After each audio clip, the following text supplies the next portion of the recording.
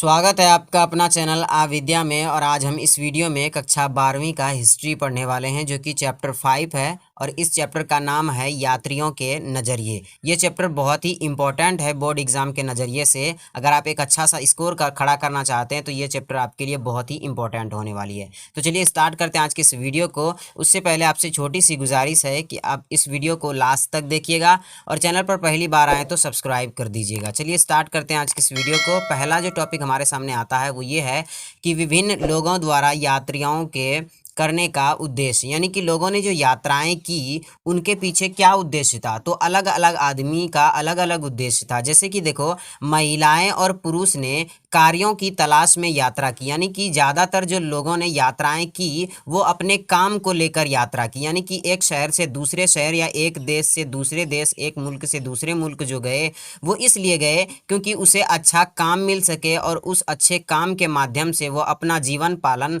अच्छे से कर सके। तो ज़्यादातर लोगों ने कार्य की तलाश में अपना यात्रा की। उसके बाद दूसरा है, प्राकृतिक आपदाओं से बचने के लिए लोगों ने यात्रा की। यानी कि एक ऐसे जगह पे जहाँ लोग रहते थे जहाँ पर ज़्यादातर सुनामी आते हो, बाढ़ आते हो, आंधी आती हो, भूकंप आते हो, तो इस जगह से लोगों ने सोचा कि क्यों ना हम निकल कर कहीं और जाएं और जहाँ पर ये प्राकृतिक आपदा नहीं आते हो हम ऐसी जगह पर बसे। तो लोगों ने इस वजह से भी अपना यात्रा की। उसके बाद तीसरा है व्यापारी। व्यापारी लोग अपना एक देश से दूसरे देश ज़्यादातर अपना सामान बेचने के लिए या ख़रीदने के लिए वो व्यापारी करने के लिए जाते थे।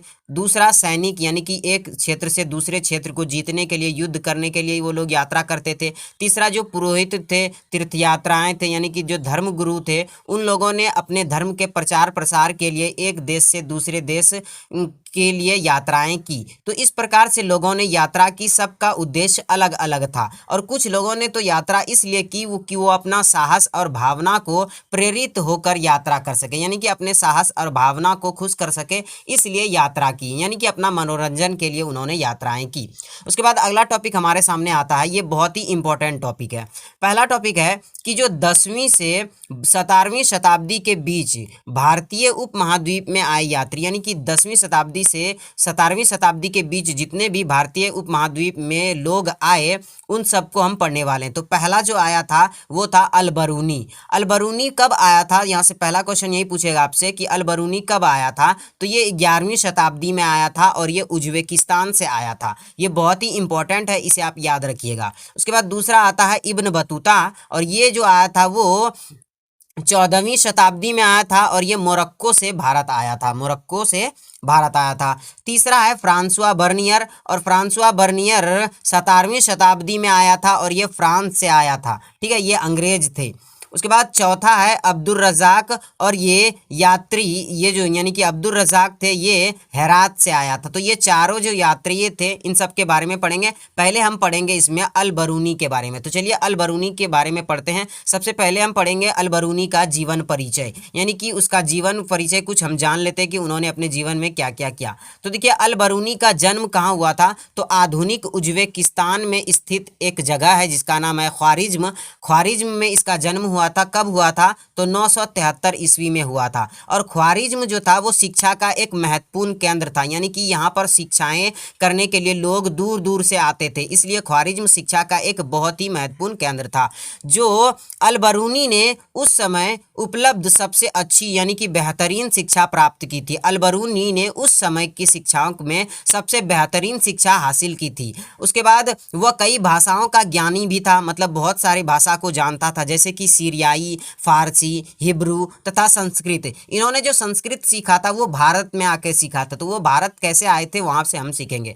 तो यहाँ पे आप जान लीजिए कि अल-बरूनी को यूनानी भाषा का ज्ञान नहीं था, यानी कि हालांकि वह यूनानी भाषा का जानकार नहीं था पर फिर भी वह प्लाटो तथा अन्य यूनानी दार्शनिकों के बारे में, यानी कि जो यूनान के बड़े बड़े विद्वान लोग थे उन सब ने जो काम किए थे, कार्य किए थे, उनको पूरी तरह परिचित थे, यानी कि उनके कार्य से वो पूरी तरह परिचित थे, वो जानते थे, जिन्हें उसने अरबी अनुवाद के माध्यम से सीखा था, यानी कि अरबी अनुवाद करने वाले जो किताब थे वहाँ से उन्होंने सीखा था उसके बारे में, यूनान के कुछ विद्वान लोगों के बारे में। अब यहाँ पे देखिए कि सन 1017 में, ये डेट बहुत ही इंपॉर्टेंट है। ये क्यों है, क्योंकि सन 1017 में ख्वारिज्म पर आक्रमण हुआ था।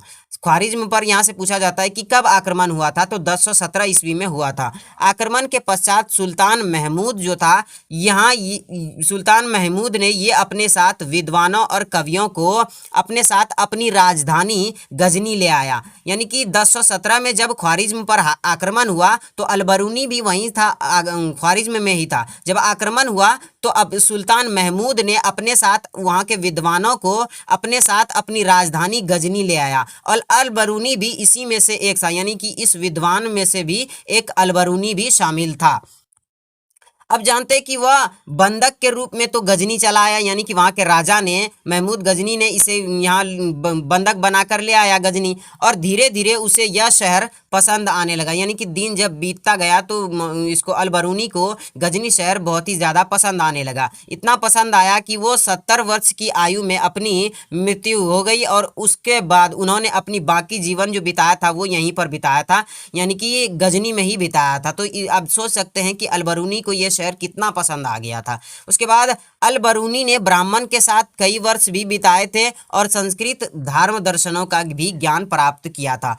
अगला टॉपिक है हमारा अलबरूनी की यात्रा, यानी कि अलबरूनी ने किस तरह से यात्राएं की। तो देखिए, जैसा कि आप जानते हैं कि अलबरूनी को उज्बेकिस्तान से बंधक बनाकर लाया गया था, जो कि गजनवी साम्राज्य में लाया गया था, और उत्तर भारत का, यानी कि उस समय में उत्तर भारत का जो पंजाब प्रांत था वो गजनवी साम्राज्य के हिस्से में ही आता था। हालांकि इसकी यात्रा कार्यक्रम स्पष्ट नहीं थी, क्योंकि इसे यहाँ पर बंधक बनाकर लाया था, तो इसलिए ये यहाँ की यात्रा उतने अच्छे तरीके से नहीं कर पाए थे। लेकिन फिर भी इन्होंने पंजाब और उत्तर भारत के कई हिस्सों की यात्रा की थी। अलबरूनी ने ब्राह्मण और पुरोहितों तथा विद्वानों के साथ कई वर्ष बिताए थे, जिसकी वजह से उन्होंने संस्कृत और धर्म दर्शन का भी ज्ञान प्राप्त कर लिया था। इसके लिखने का जो समय यात्रा था वो वृत्तांत अरबी भाषा में लिखा गया था, जो कि साहित्य का एक मान्य हिस्सा बन चुके थे।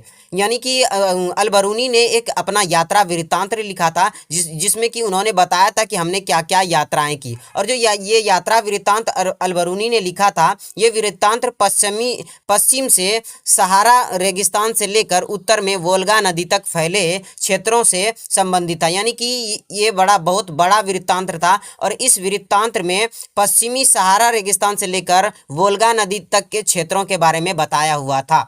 उसके बाद आगे का टॉपिक जो है हमारा वो है किताबुल हिंद, यानी कि अलबरूनी को, अभी आपको हम बताएं कि अलबरूनी ने एक किताब लिखी थी, तो उस किताब का नाम था किताबुल हिंद। ठीक है, जो यात्रा वृत्तांत अलबरूनी ने लिखा था उसी का नाम था किताबुल हिंद। तो यहाँ से ऑब्जेक्टिव क्वेश्चन ये पूछा जाता है कि अलबरूनी ने कौन सी पुस्तक लिखी थी, तो किताबुल हिंद लिखी थी, या आपसे पूछ सकता है कि अलबरूनी के यात्रा वृत्तांत का नाम क्या है, तो किताबुल हिंद है। और ये किस भाषा में लिखा गया है, तो ये अरबी भाषा में लिखा गया है। तो देखिए, यह पुस्तक अलबरूनी के द्वारा लिखी गई है और अरबी भाषा में लिखा गया है। ये इसकी भाषा जो थी वो सरल और स्पष्ट थी, यानी कि अगर कोई अनजान व्यक्ति भी पढ़ने लिखने वाला, अगर दैनिक जीवन में थोड़ी मोड़ी चीज़ें भी पढ़ने जानता है, अगर वो भी इस किताब को पढ़ता था तो वो समझ जाता था, क्योंकि इसमें भाषाएं जो थी वो बिल्कुल सरल भाषाएं थी। उसके बाद यह एक विस्तृत ग्रंथ था, यानी कि बहुत बड़ा ग्रंथ था, क्योंकि इस पुस्तक में बहुत सारी चीज़ें के बारे में बताया हुआ था, जैसे कि धर्म के बारे में, दर्शन के बारे में, त्यौहार के बारे में, खगोल विज्ञान के बारे में,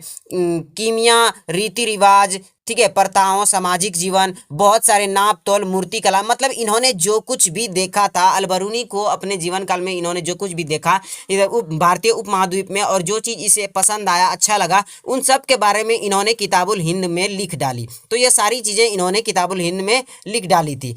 आरंभ में इसका जो किताब लिखने का तरीका था वो इस प्रकार से था कि शुरू में एक प्रश्न लिखा हुआ रहता था और कुछ ऐसे लिखा जाता था, यानी कि शुरुआत में एक प्रश्न दे दिया जाता था, उसके बाद उसी प्रश्न पर उसके बारे में चर्चाएं की जाती थी। जैसे कि एग्जाम्पल के तौर पर आपको बताते हैं कि ऐसा लिखा हुआ था रहता था कि हिंदुस्तान एक धर्मनिरपेक्ष है, ऐसा लिख दिया जाता था। उसके बाद लिखा जाता था कि हिंदुस्तान में अनेक धर्मों को मानने वाले लोग रहते हैं, तो इसी प्रकार से लिखा हुआ रहता था। इसके बारे में बहुत सारी जानकारियां दी हुई रहती थी। उसके बाद आगे आता है कि अंत में एक अन्य संस्कृति से तुलना कर दी जाती थी, यानी कि बाद में लास्ट में किसी और संस्कृति यानी किसी और देश से इसकी तुलना कर दी जाती थी, यानी कि यहाँ पर ऐसा है लेकिन यहाँ पर ऐसा है। तो ये इन दोनों में से कौन सा आपको अच्छा लगा वो हमें बताइए। तो इस प्रकार से लिखा हुआ रहता था अंत में। तो यहाँ से ये वीडियो समाप्त होता है। अगर वीडियो पसंद आए तो प्लीज़ वीडियो को लाइक कीजिए, चैनल पर पहली बार आए तो सब्सक्राइब कीजिए। मिलते हैं एक नए वीडियो के साथ, तब तक के लिए जय हिंद, जय भारत।